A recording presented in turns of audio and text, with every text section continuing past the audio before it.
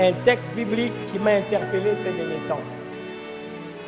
Alors que Dieu seul sait que de manière régulière et permanente, il y a dans ce pays des milliers de croyants de toutes confessions religieuses qui prient pour le Gabon, pour que notre nation reste un havre de paix et qu'un jour, nos enfants et petits-enfants puissent se réjouir du modèle politique et de cohésion sociale gabonais que leur auront légué leurs parents, c'est-à-dire la génération avant eux.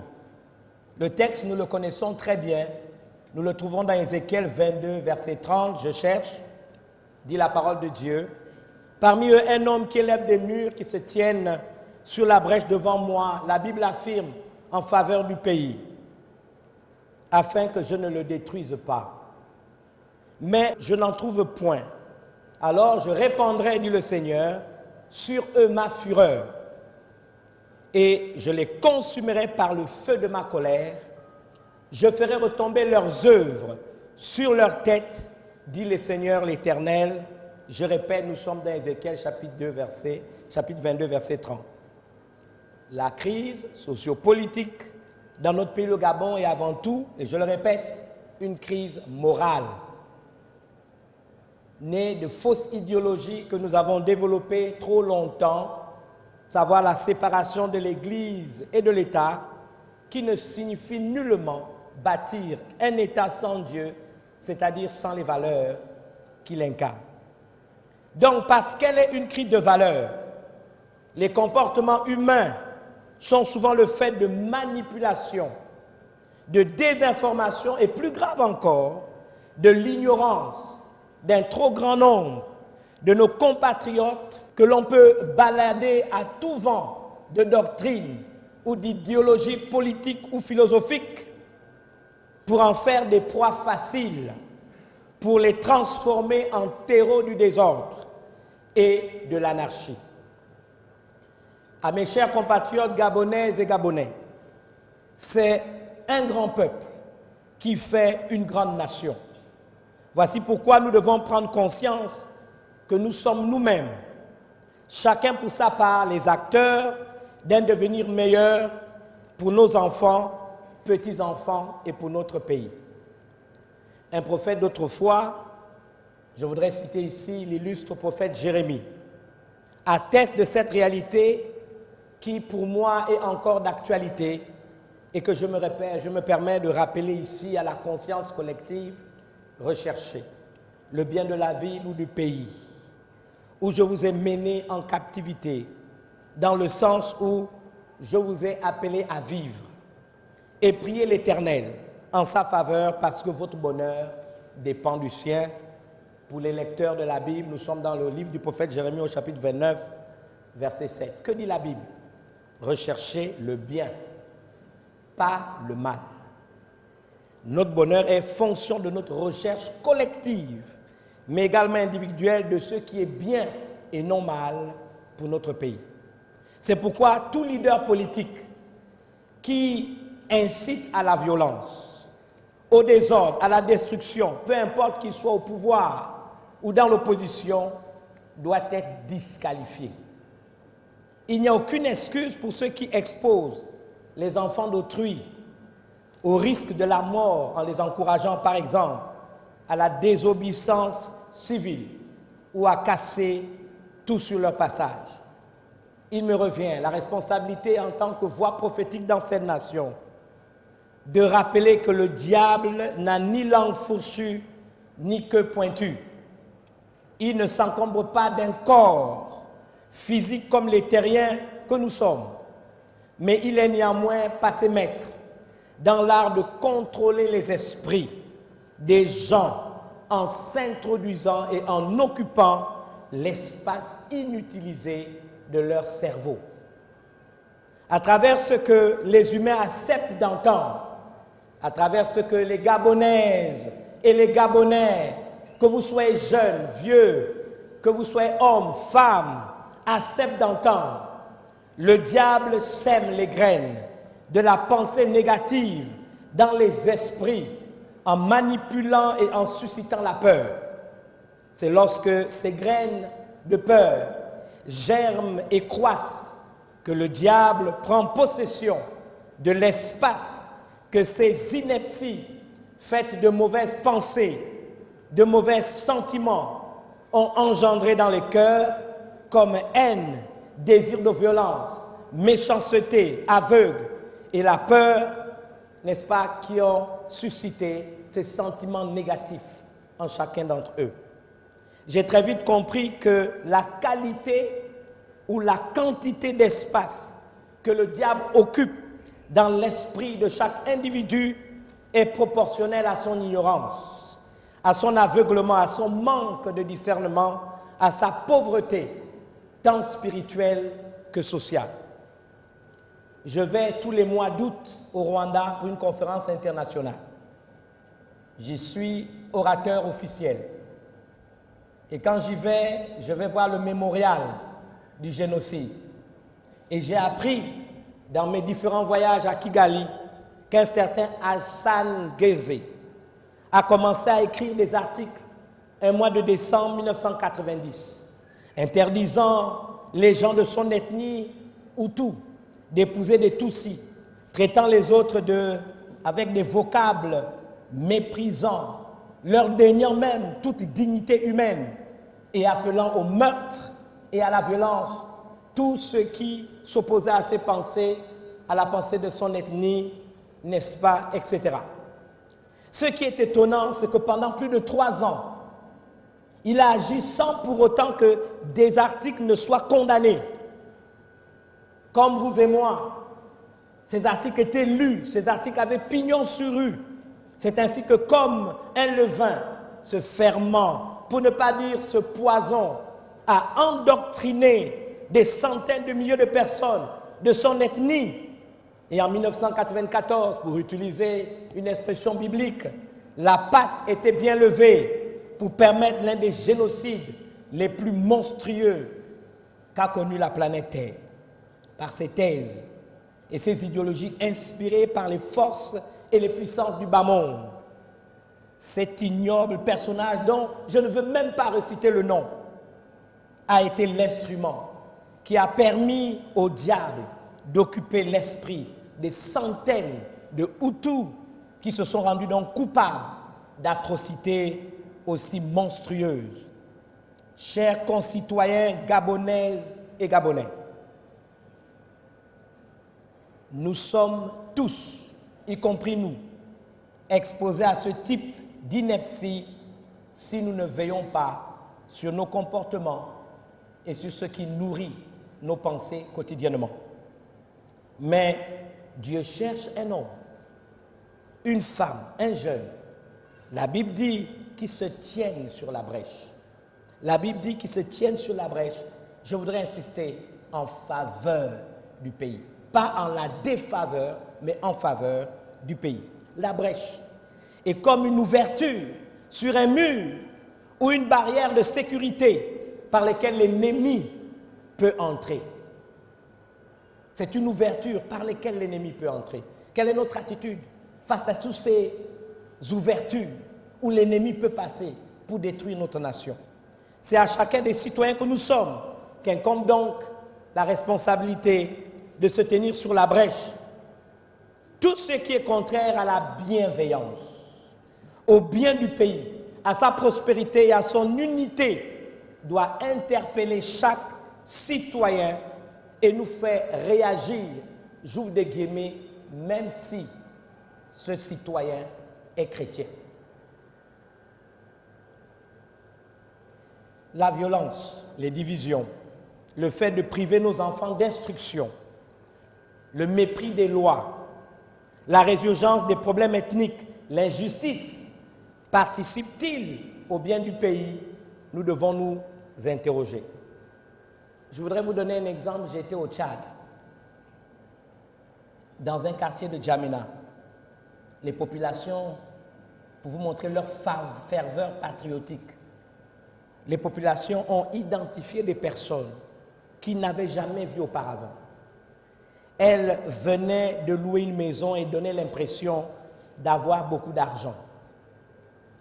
Ce sont ces mêmes populations d'un quartier de Djamena, alors que je m'y trouvais, qui ont alerté la police. C'est ainsi que 2 agents de Boko Haram ont pu être interceptés. Malheureusement, le 3e avait réussi à s'échapper et a pu commettre un attentat devant le commissariat dans le but de vouloir libérer ses partenaires qui étaient en prison. N'eût été la vigilance des citoyens. Voici un exemple concret de ce que veut dire se tenir sur la brèche en faveur du pays. Vous observez que des gens bizarres sont dans le pays. Vous observez qu'ils ont des comportements bizarres. On va au commissariat pour dire, attention, il y a quelque chose qui se passe dans le quartier. Mais quand on décrit son pays, quand on n'aime pas son pays, des loups peuvent rentrer, des destructeurs peuvent rentrer. Et notre insensibilité va se manifester par une sorte d'apathie jusqu'à ce que le mal soit commis. Ces gens étaient vigilants parce qu'ils ont un amour patriotique pour leur pays. Ils ont pu discerner que ce qui se passe dans le quartier n'est pas normal.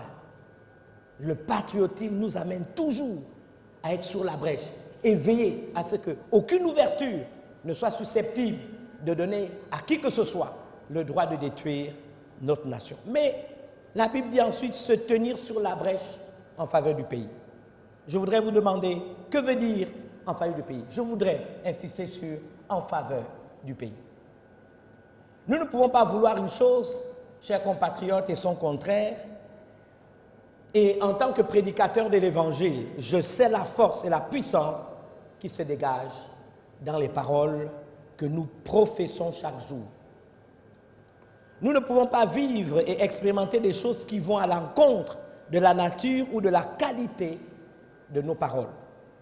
À ce sujet, nous le savons très bien dans nos églises, le fameux proverbe 18, versets 20 à 21, c'est du fruit de sa bouche que l'homme rassasie son corps, c'est du produit de ses lèvres qu'il se rassasie. La mort et la vie sont au pouvoir de la langue.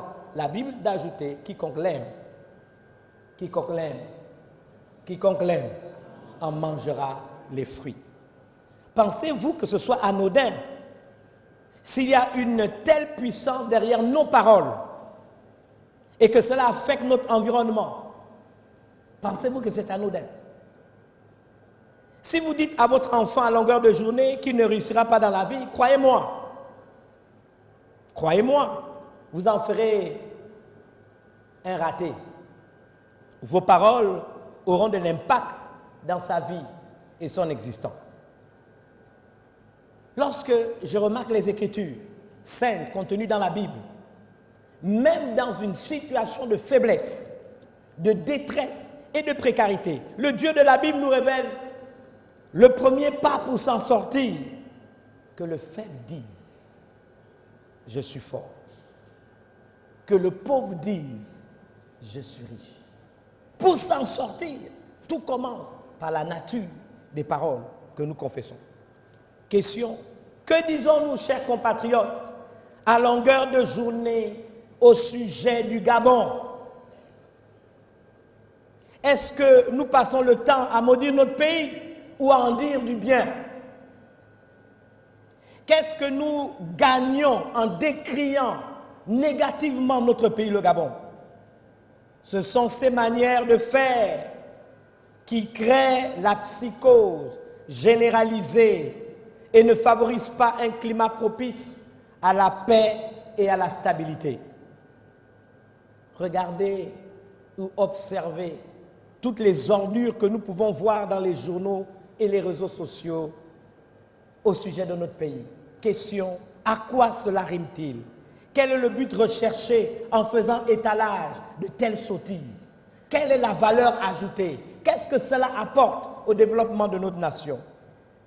Même, et je dois le dire avec regret, dans les milieux religieux, les leaders et les fidèles ont oublié cette recommandation prophétique qui consiste à se tenir sur la brèche en faveur du pays.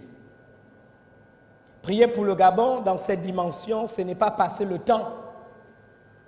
J'insiste, même lorsqu'on prie, ce n'est pas passer le temps à énumérer devant Dieu les problèmes, les choses qui ne marchent pas ou les inquiétudes qui sont les nôtres, que nous transformons en sujet de prière.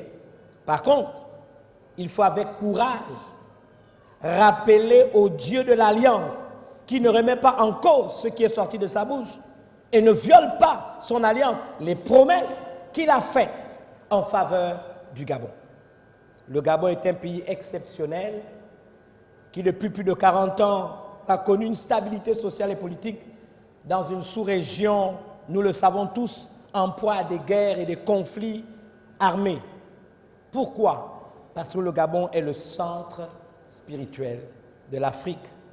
Car notre pays, bien que petit, est appelé à jouer un rôle majeur pour la renaissance de l'Afrique. C'est ce à quoi et c'est ce qui doit nous intéresser. Nous devons cultiver le fait de rechercher la face de Dieu pour en savoir plus sur le destin de notre merveilleux pays qu'est le Gabon.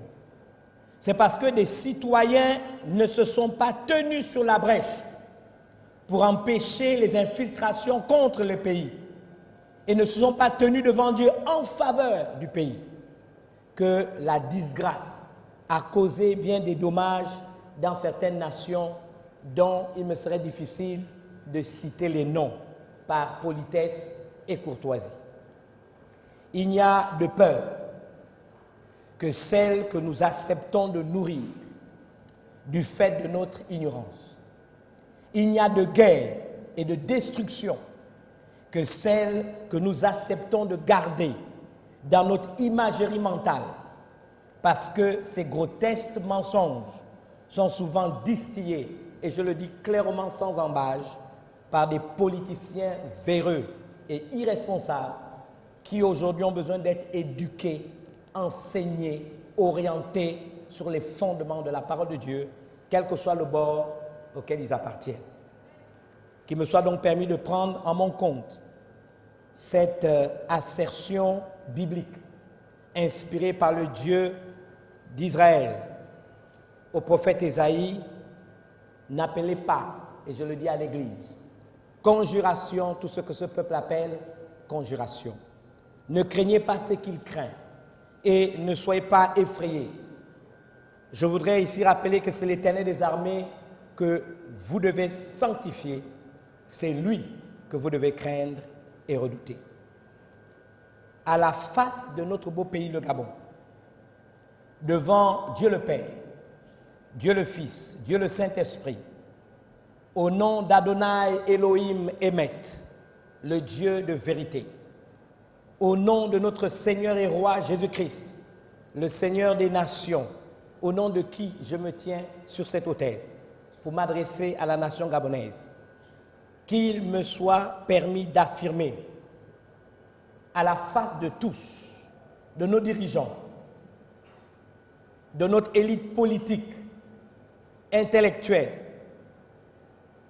de l'ensemble de nos compatriotes, que celui qui voudra être béni dans le pays qu'est le Gabon voudra l'être par le Dieu de vérité.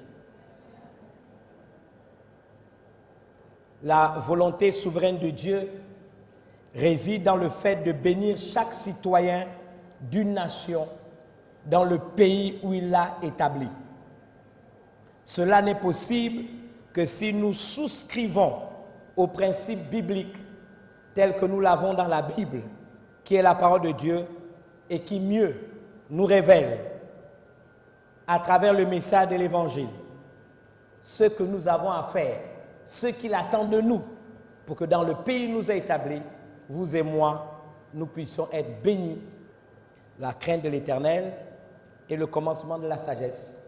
C'est à cela que j'invite chaque compatriote, chaque Gabonaise et chaque Gabonais. Que Dieu bénisse le Gabon.